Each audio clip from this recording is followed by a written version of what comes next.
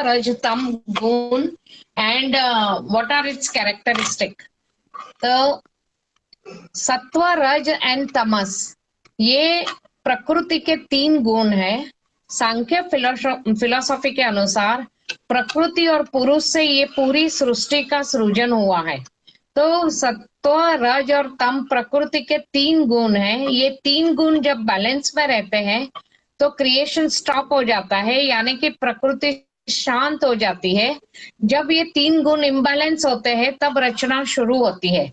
तो ये तीन गुणों में पहला, सबसे पहले जब रचना की शुरुआत में महत तत्व उत्पन्न होता है, महत से अहंकार, और ये अहंकार तीन प्रकार के हैं। सात्विक अहंकार से ज्ञानेंद्रिया बनती है, जिसको बोलते मन, skin, ears, eyes, tongue and nose. ये ज्ञानेंद्रिया है जिसके हमें बाहर की दुनिया का ज्ञान होता है।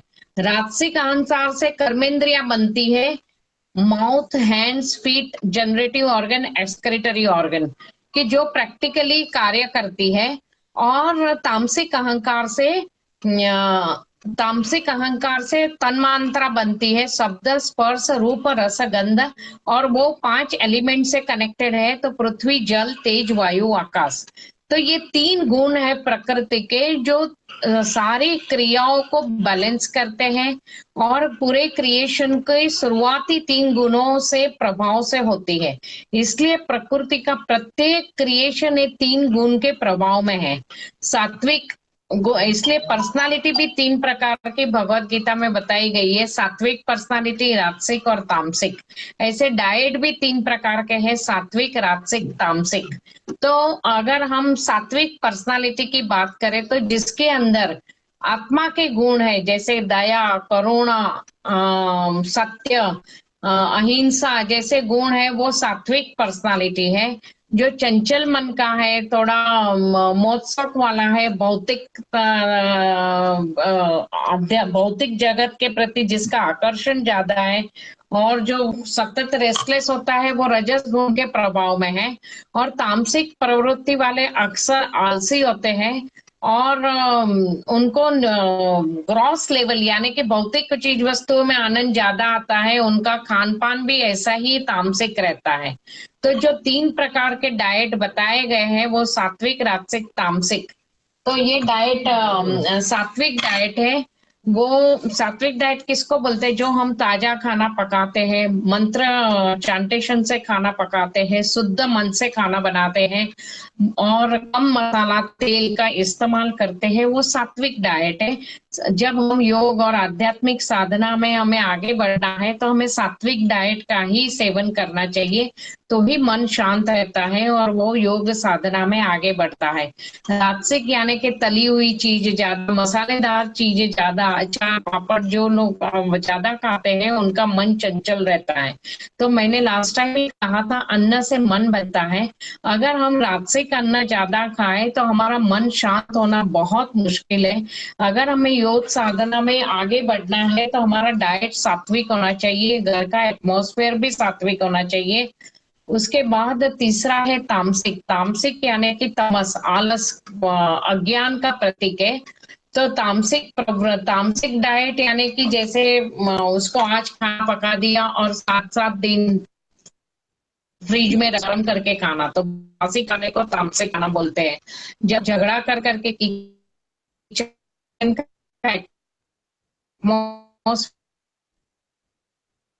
फिर शुद्ध नहीं है, किचन गंदा रखते हैं, सब नहीं है और उनसे खाना बनाए, तो वो तामसिक कैटेगरी में जाता है।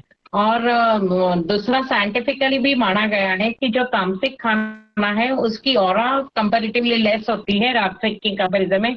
सबसे ज्यादा पावरफुल ऊर्जा सात्विक अन्न की होती है। इसीलिए सात्विक अन्न ग्रहण करने आयुर्वेद में, जैसे आपके डॉक्टर साहब ने बताया था लास्ट टाइम कि ओजस बढ़ता है, तो ये सात्विक अन्न से आध्यात्मिक ऊर्जा बढ़ती है और आध्यात्मिक प्रगति, उन्नति के मार्ग पर इंसान प्रोग्रेस कर सकता है। तो ये सत्व, रज, तम प्रकृति के तीन गुण हुए, उनके मैंने बहुत ब्रीफ में उसका क्रिएशन में उनका रोल बताया और उसका 3 प्रकार की पर्सनालिटी और 3 प्रकार के अन्न है। तो ये है सात्विक, राजसिक एंड तामसिक। अच्छा, इसके ऊपर मैं थोड़ा एडिशन करना चाहूंगा कि व्यक्ति ये तीनों गुणों में हमेशा चलता ही रहता है, लेकिन जब आदमी चाहता है कि मैं तामसिक न रहूं, तो वो धीरे धीरे राजसिक में आ सकता है। और राजसिक व्यक्ति होता है, वो सोचता है कि मैं अभी सत्व गुणी बनूं, तो वो धीरे धीरे सत्व गुण को फॉलो करता हुआ वो सात्विक बन सकता है। तो उसके लिए उसको धर्म ग्रंथों का अध्ययन करना चाहिए, गुरुओं का सत्संग करना चाहिए, और उस प्रकार से सात्विक एक्शन, सात्विक स्पीच और सात्विक थॉट, ये तीनों आना जरूरी है। ये सब कुछ आने के बाद आदमी सात्विक जरूर हो जाता है, लेकिन परफेक्शन इम्परफेक्शन कब आता है? कि जब आदमी सात्विक होने के बाद उसको अच्छाई का भी अहंकार हो जाता है कि मैं अच्छा हूँ, मैं सात्विक हूँ, मैं महान हूँ, मैं सत्यवादी हूँ। तो जब कोई उसके बारे में थोड़ा भी नेगेटिव बोलता है ना, तो वो एकदम आग बबूला हो जाता है। तो वो आग बबूला हुआ तो क्या हुआ, वो सीधा तामसिक में चला जाएगा। तो एक बहुत ही बारीक लाइन है कि सात्विक बनते बनते तो आप जन्मों जन्म निकल जाएंगे, लेकिन सात्विक से राजसिक तामसिक बनते वो एक क्षण रखती है।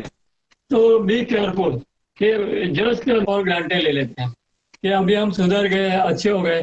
तो अच्छाई वगैरह की परीक्षा तो तब होती है जब अग्नि परीक्षा से आदमी पास होता है, या फिर छोटे बड़े कोई घटनाएं घटती है, तब जाके मालूम पड़ता है कि हम सही में मेंटेन कर पा रहे हैं कि नहीं कर पा रहे हैं अपने सात्विक गुण को। तो जो मेन एक्सरसाइज है वो यही है। और इसके बाद हम सत्व रज और तम के यदि ऊपर भी चले गए, मतलब कि हम लोग ग्लोबल यूनिवर्सल अप्रोच वाले हो गए, यूनिवर्सल पर्सपेक्टिव वाले हो गए, तो हम गुणातीत भी हो सकते हैं, मतलब निर्गुण भी हो सकते हैं। और निर्गुण होने के बाद निराकार होना भी संभव है। मतलब कि आप आकार होते हुए भी निराकार स्वरूप यानी तेजोमय बन सकते हो। अभी सूर्य नारायण तेजोमय है, तो अभी वो निराकार दिख रहा है, लेकिन वो उनका अस्तित्व भी तो है ना। तो वहां पर वो साकार होते हैं, जब उनकी भक्ति की जाती है तब वो प्रकट होते हैं, तो साकार भी हो जाते हैं। तो इस तरह से जब व्यक्ति गुणातीत हो जाता है तो वो निर्गुण निराकार भी हो सकता है। बोलिए, अभी आपको और कुछ बोलना तो बताइए। तो जैसे अन्न अशुद्ध होता है, अशुद्ध मन से अगर आप अन्न भी किसी ऐसे तामसिक व्यक्ति के साथ शेयर किया, हाथ का खाना खाया, तो वो तमस का प्रभाव भी आप पे आता है। तो ये तीन गुण व्यक्ति को हमेशा प्रभावित करते रहते हैं। ये हमारे पे है कि हमें तीनों गुण हम सबके अंदर होते हैं। ये हम पे हमारी एक्सरसाइज है कि हमें कौन से गुण को प्रोमिनेंटली डेवलप करना है। बाकी तीनों गुण हम सबके अंदर होते हैं, सात्विक राजसिक तामसिक, बिकॉज तीनों गुण से ही हमारा पूरा क्रिएशन हुआ है। और सत्व रज और तम को बैलेंस करना, और सत्व रज और तम का प्रतीक है बेलपत्र। इसीलिए शिव जी को बेलपत्र चढ़ता है, क्योंकि शिव जी को तीनों गुण हजम है और तमस गुण भी शिव जी को हजम है। इसलिए शिव जी स्मशान में रहते हैं। जैसे जैसे हम बोलते हैं स्मशान में तमस गुण ज्यादा है, तो शिव जी तो स्मशान में रहते हैं और भस्म लगाते हैं, स्मशान की राख को लगाते हैं। तो हम बेलपत्र जब चढ़ाते हैं शिव को, शिव जी के शिवलिंग पे, उसका मतलब है कि हम हमारे तीनों गुण उनके चरणों में अर्पित कर रहे हैं। सकता है मतलब गुणों से ऊपर उठना, गुणों के प्रभाव से ऊपर उठना। तो जब हमारे अंदर का शिव तत्व जागृत होता है, तब जाके हम उस अवस्था को प्राप्त करते हैं। इसीलिए शिव जी को बेलपत्र चढ़ते हैं। आगे चले। Thank you. ये किसका, स्नेहा का प्रश्न था ना? स्नेहा, हाँ जी, हाँ थैंक यू।